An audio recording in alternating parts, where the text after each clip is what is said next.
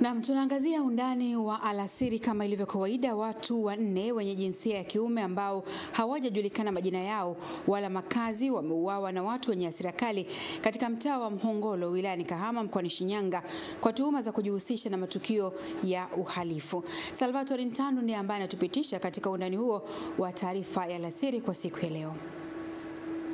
Clouds TV imefika katika mtaa wa Mhongolo shuleni na kuzungumza na baadhi ya mashuhuda wa tukio hilo ambao wameeleza namna lilivyotokea. Kwa Mapanya Road wanatusumbua sana. Tunaomba serikali angalau tuwekee ulinzi kwa usalama zaidi. Lakini kwa hilo tukio nafikiri watajifunza kitu. Tunaporo sana simu, pesa maeneo ya shuleni hapa. Kama hata bodo ukipita usiku unaweza kusimamishwa na kuporwa vitu vyako ulivyo navyo. Tunaomba jeshi la polisi leo napitia maeneo ya shuleni hapa.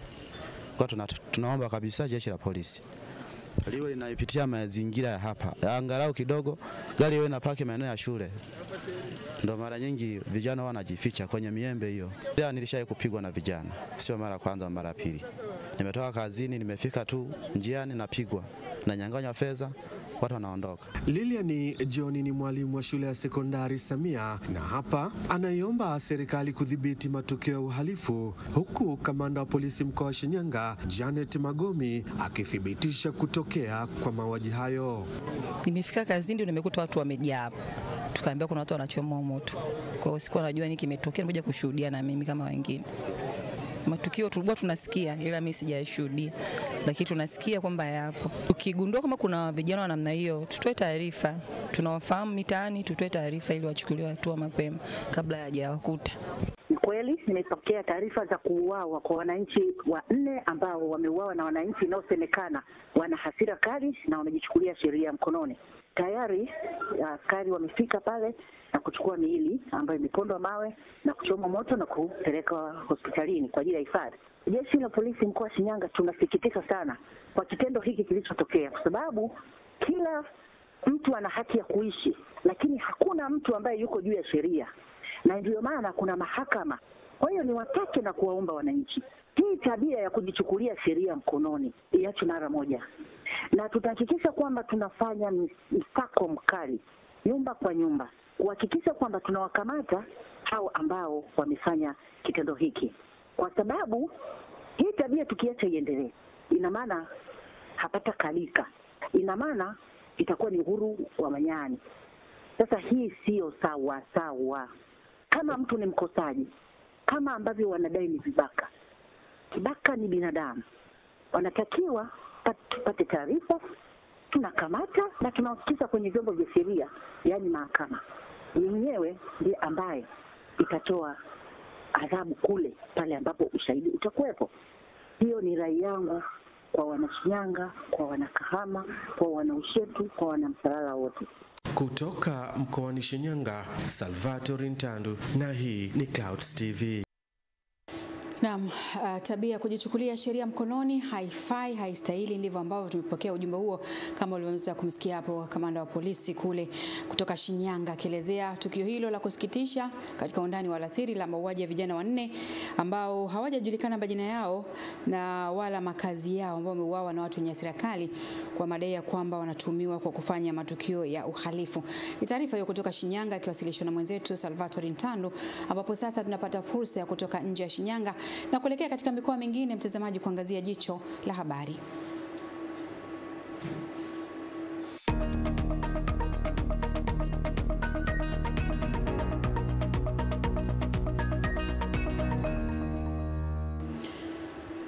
Na jicho letu la habari hii leo linaanzia huko mkoani Arusha, ambapo serikali imeendelea na utekelezaji wa sera za miongozo mbalimbali kwa ajili ya kuinua makundi ya watu wenye mahitaji maalum ili kufikia mahitaji yao pamoja na kuwajengea uwezo juu ya kutumia fursa za kiuchumi katika mazingira yao. Taarifa ya Hababi Muhammad kutoka mkoani Arusha inasimuliwa hapa studio na Juma Muhammad.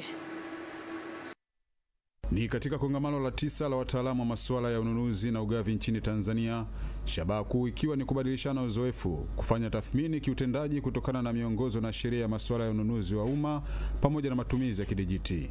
Akiwa jijini Arusha kaskazini mwa Tanzania, Waziri wa Nchi Ofisi ya Waziri Mkuu, Kazi, Vijana, Ajira na Wenye Ulemavu, Ridhiwani Kikwete, amesema ipo haja ya kuendelea kutekeleza sera na miongozo ili kuchechemua ushiriki wa makundi maalum, ambapo serikali tayari imewezesha zaidi ya bilioni 1 kwa makundi ya vijana na wenye uhitaji maalum. Serikali inaendelea kutoa ruzuku kwa vyama vya watu wenye ulemavu ili kuimarisha kitaasisi, ambapo katika mwaka 2023/24 serikali ilitenga bilioni 1 katika mfuko wa taifa wa watu wenye ulemavu. Serikali pia katika kuhakikisha makundi haya yanaangaliwa kwa karibu imekamilisha na kuanza kutekeleza sera na miongozo mbalimbali, mwongozo wa utekelezaji, ujumuishaji na uimarishaji wa huduma za watu wenye ulemavu kwa mwaka 2022. Dennis Simba ni mkurugenzi wa mamlaka ya udhibiti wa ununuzi wa umma nchini Tanzania, amesema utekelezaji wa 30% kutoka mfuko huo kwa ajili ya makundi mbalimbali yenye mahitaji maalumu kutachagiza ukuaji wa uchumi na wigo wa kibiashara, huku baadhi ya wataalamu wa masuala ya kibiashara na fedha wakieleza changamoto zinazojitokeza kwenye sekta ya ununuzi na mikopo. Eneo hili la makundi maalum kabla ya kuelekezwa kwa kila taasisi ya taasisi ndio karibia takriban trilioni 5. Trilioni 5 zikiweza kufikia makundi maalum kwa hivi. Kama tutakuwa tumeongeza ajira, tumechochea ujasiriamali katika nchi kwa sababu ya makundi yatajiunga na kufanya biashara na serikali, na vile vile tutakuwa tunaongeza wigo wa walipa kodi. Taasisi za kifedha kuelezea changamoto ambazo mabenki tunazipata. Changamoto ya kwanza tulikuwa tunapata forgery contract. Sasa hivi NeST imekuja resolve. Tunatarajia kuwa na maazimio mbalimbali yatakayofikiwa kwa ajili ya uimarishaji wa sekta ya ununuzi wa umma nchini. Na asante Juma Muhammad kwa kuwasilisha taarifa yake. Hababi Muhammad kutoka Arusha. Na sasa tuiangazie Geita. Kaimu Katibu Tawala wa Mkoa wa Geita, Herman Matemu, amesema kuwa mkoa huo bado unakumbwa na changamoto nyingi za kiafya licha ya kuwepo kwa ukosefu wa madaktari bingwa wa kutosha kuhudumia wananchi. Licha ya kuwepo kwa ukosefu wa madaktari bingwa wa kutosha kuhudumia wananchi. Emmanuel Ibrahim kutoka mkoani Geita ndio ambaye anakuja hivi sasa na taarifa zaidi. Matemu ametoa kauli hiyo wakati mkoa wa Geita ukipokea jopo la madaktari 50 ambao wametumwa na serikali kwenda kuhudumia wananchi wanaokabiliwa na changamoto za afya. Amesema kuwa wananchi wengi wa Geita wanakabiliwa na magonjwa mbalimbali, lakini huduma bora za matibabu zimekuwa changamoto kutokana na uhaba wa wataalamu wa afya waliobobea. Baada ya kuondoka, wale wananchi bado wataendelea kuhitaji huduma zenu. Sasa kama hampo, hizi huduma watazipata wapi? Kwa kama kuna daktari wa pale, wataalamu wa pale watakuwa wamejengewa uwezo, wanaweza wakabaki wanaendeleza zile huduma. Kaimu mganga mkuu wa mkoa Dr. Steven Mwaisobwa amesema jopo hilo la madaktari watafika katika halmashauri zote 6 za Geita. Mkoa wetu wa Geita una wananchi takribani milioni 2.9. Kwa hiyo hawa madaktari wakuja watasambaa katika halmashauri zote, katika hospitali zote za halmashauri katika mkoa wetu. Kwa upande wake, mratibu wa madaktari bingwa na bobezi wa Dr. Samia, Pascalina Andrew kutoka Wizara ya Afya, ameeleza mpango huo utakavyowafikia wananchi. Kwenye hizo seti ya madaktari 7, kuna daktari bingwa wa magonjwa ya wanawake, kuna daktari bingwa wa magonjwa ya watoto, daktari bingwa wa upasuaji, daktari bingwa wa magonjwa ya ndani, daktari bingwa wa kinywa na meno, daktari bingwa wa usingizi. Kwa hiyo kwa mwezi kwa kweli hizi halmashauri pia tumekuwa tukiingia gharama kubwa za kufanya rufaa pia kwenda kwenye hizo hospitali kubwa, ukiachana na zile huduma gharama ambazo zimekuwa zikiingiwa na wananchi wenyewe. Serikali ya mkoa wa Geita imeshukuru juhudi za Rais Dr. Samia Suluhu Hassan kupitia mpango maalum wa kuwafikia wananchi walioko maeneo ya mbali na kwamba programu hiyo ni ya manufaa makubwa kwa wananchi. Kutoka Geita, Emmanuel Ibrahim, na hii ni Clouds TV. Taarifa yake Emmanuel Ibrahim inatupa kibali cha kuiangazia Katavi. Ni zaidi ya miaka 3 imepita kukiwa na changamoto kwa mafundi wa umeme kung'atwa na mbung'o, nyuki, sanjari na kunyeshewa na mvua katika kufanya matengenezo ya umeme mkoani Katavi. Hatimaye suluhisho limepatikana kufuatia kukamilika kwa ujenzi wa nyaya za umeme wa gridi ya taifa katika mkoa huo kwa 100%. Kutoka mkoani Katavi kwa undani kamili wa taarifa hiyo, huyo hapa ni Bugoma wa Bugoma. Kaimu meneja mkuu wa kampuni ya ujenzi na ukarabati wa miundombinu, usafirishaji na usambazaji wa umeme ETDCO, CPA Sadock Mgendi, amesema njia ya kusafirisha umeme imekamilika ipasavyo. Tumekamilisha njia ya kusafirisha umeme yenye msongo wa kilovoti 132 yenye urefu wa kilomita 383 kutoka Tabora mjini mpaka hapa Mpanda. Kwa hiyo zoezi kubwa tulilokuwa nalo kwa siku ya leo ilikuwa ni kupima paramita kama umeme unaweza ukafika hapa, na paramita zote zimekwenda sawa sawa. Nashukuru Mungu, tumepima laini yetu salama kabisa na tumeona iko salama, imekamilika kwa 100%. Iko tayari kwa ajili ya kuchajiwa na kupeleka umeme. Gharama za mradi huu ni bilioni 116 zikijumuisha mradi mzima kuanzia pale Tabora mpaka Mpanda. Wananchi wa mkoa wa Katavi wamesema umeme huo wa gridi ya taifa utafungua fursa za kimaisha katika shughuli zao za kila siku. Kwa maana hiyo, umeme huu utakapokuwa umeingia kwenye majumba ya watu watafungua viwanda vikubwa, vidogo, na watu watapata ajira zote. Ajira itakuwa ya kutosha. Tuna imani sana utakapofika kwenye majumba yetu utatunufaisha makubwa, na pia tutaondokana na ile adha ya kukatakata. Kutoka mkoani Katavi, mimi ni Bugoma wa Clouds TV. Naam, shukrani sana Bugoma. Kutoka mkoani Kigoma, watoto katika halmashauri ya wilaya ya Kasulu wamewataka wazazi kuendelea kuwatunza watoto katika mazingira salama sambamba na kuwasikiliza, ikiwa ni pamoja na kujali mahitaji yao. Wamesema kufanya hivyo kutawapa watoto hisia ya kuthaminiwa na kuwafanya wajione kuwa sehemu muhimu ya familia na jamii kwa ujumla. Mwanahabari wetu Emmanuel Matinde kutoka Kigoma huyo hapa na taarifa zaidi.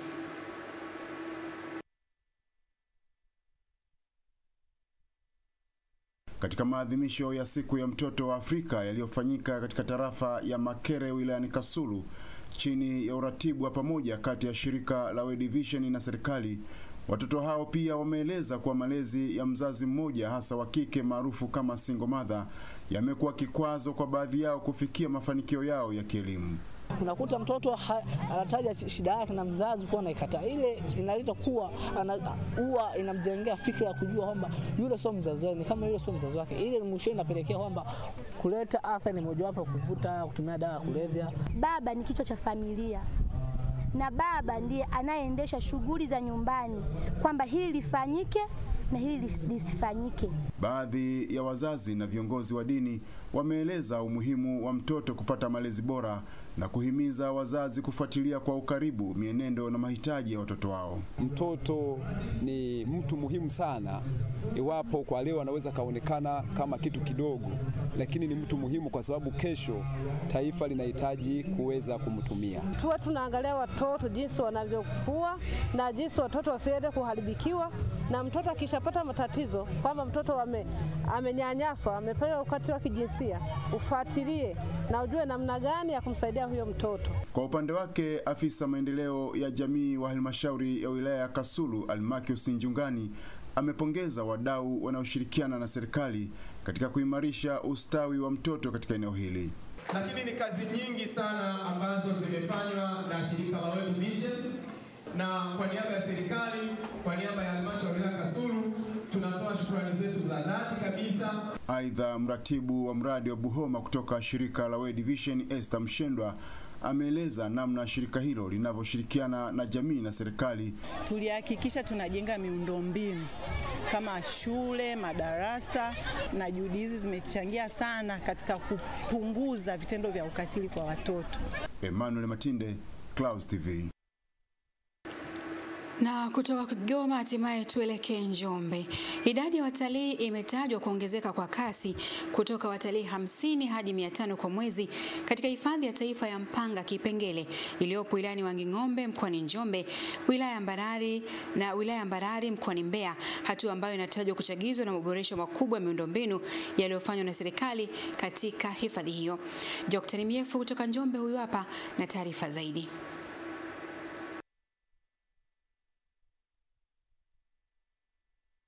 wakiweka wazi sababu ya kuongezeka kwa watalii katika hifadhi hiyo na mkakati uliopo wa kuitambulisha zaidi duniani. Donasia Makoi ambaye ni mkuu wa hifadhi ya Mpanga Kipengere na Hoza Mbura ambaye ni afisa utalii kutoka Bodi ya Utalii Tanzania wanasema ni kuboreshwa kwa huduma na miundombinu ya utalii pamoja na uwepo wa vivutio ambavyo havipatikani popote ulimwenguni, likiwemo pango la Mkwawa, maporomoko ya Kimani yenye urefu wa zaidi ya mita 250 pamoja na mmea wa Kamrudishe. Kwa wastani wa miaka mitatu tunaweza kupokea zaidi ya bilioni 3 kwa ajili ya kuboresha tu miundombinu ya utalii. Tulikuwa wastani wa utalii 50 mpaka 100 kwa mwezi, lakini kwa sasa hivi tunafika watalii 500 kwa mwezi mmoja wanatembelea eneo hili. Mpanga Kipengere imebarikiwa kuna maporomoko mbalimbali ya maji na duniani kuna aina 14 za maporomoko ya maji. Katika hifadhi hii kuna maporomoko ya Kimani Waterfalls. Ni moja ya maporomoko pendwa zaidi katika hifadhi hii. Licha ya uwepo wa vivutio vingi ambavyo havipatikani pahala pengine ulimwenguni, lakini mwongozo wa watalii Legnard Msajigwa na Gabriel Shawa, mkurugenzi wa UPL Safari, wanasema kundi kubwa lililoadhimisha siku ya maporomoko limeonekana kuvutiwa na mmea wa kunuia mahusiano na uwepo wa vitoweo vya wanyamapori. Mmea wa Kamrudishe ni mmea ambao unapatikana nyanda za juu kusini. Katika kunuia atatakiwa kumtaja jina huyo ambaye anataka kumnuia, Zuena wangu. Wakati serikali ikiweka wazi mpango wa kuifanya Mpanga Kipengere kuwa kitovu cha utalii nyanda za juu kusini, baadhi ya watalii waliotembelea hifadhi hiyo wanatoa hisia zao kwa kilichowavutia zaidi na kukiri kwenda kuhamasisha wengine. Ni kufanya enjoyment. Kwa mfano siku ya leo nimekuja, nimeogelea, nimepata elimu kuhusiana na Chifu Mkwawa, mapango. Kuna sehemu tumeyakuta mapango, sehemu aliyokuwa analala Chifu Mkwawa na sehemu aliyokuwa anakunywa maji, sehemu aliyokuwa anapika. Kutoka Njombe, Joctan Miefu, Clouds TV. Naam, asante sana.